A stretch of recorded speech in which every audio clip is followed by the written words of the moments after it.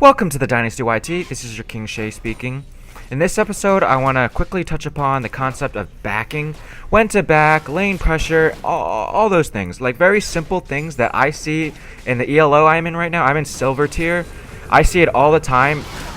Poor positioning in or poor timing and backing, and this is probably one of the most insane ones I've seen happen in silver. So basically, we get into a fight. I'm Braum, and then I'm with a Quinn AD carry. And we get into a fight. We lose that fight. We lose that fight by far. And then we have to back. No doubt about it. Quinn's on one auto attack away. And then I'm going to back with her. Because there's really no point of me staying in this lane.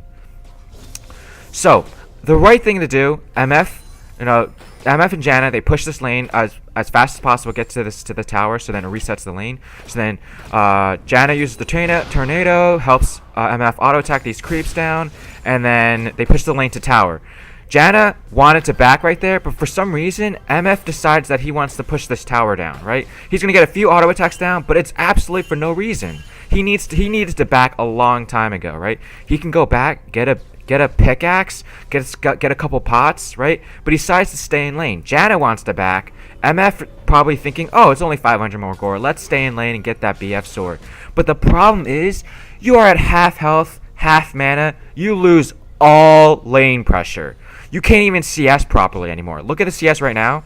It was basically even when we come back into lane. So if MF backed properly, he would be back in lane right about now when the lanes meet. Right? But right with a pickaxe, right? And then Janna probably has some wards and stuff like that. But because MF has no health, no mana, we can easily apply pressure, and then this MF can't do anything. And then MF decides, oh, it's time to back. But then again, she stays in lane with no mana, no health. And then from here on out, Janna keeps deciding to what she wants to back, but MF doesn't want to. And slowly but surely, Quinn starts to get ahead of this MF in CS. All because she backed poorly.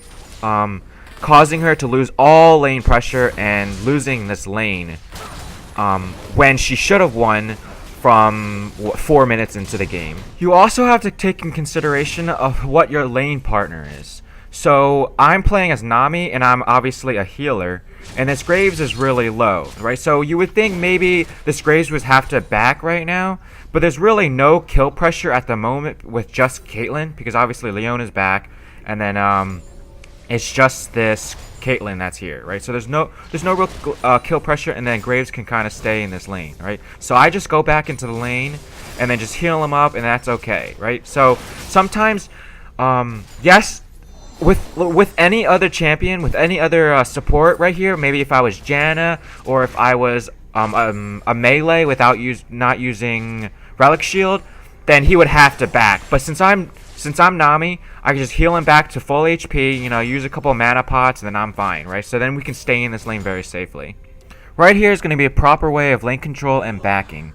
So Fizz obviously loses the trade right here. I was able to get the Sun off before he got the Playful Trickster off, so then he has to back right here. I check for him to be backing, and I don't want to interrupt that. I want him to back because it achieves a couple things. For one, he's going to be missing out on a lot of CS and a lot of experience, right? I just push the lane, don't really care about gaining the CS, right? As long as it goes to the tower himself, right? And also, let's say I force him to stay in lane. That'll also make me stay in lane and then probably have a huge target on top of my head to gank this lane because I'm overextended. So I end up pushing the lane properly, and I'm able to get back into the lane in time for the next wave. And finally, in this last clip, it's going to be in the same game, but this time it's going to be later in the series where Sivir makes a mistake in backing properly. So we get this tower, and it's all fine. We all want to back. We all want to go away. But then Sivir decides to stay in lane to be able to CS a little bit more.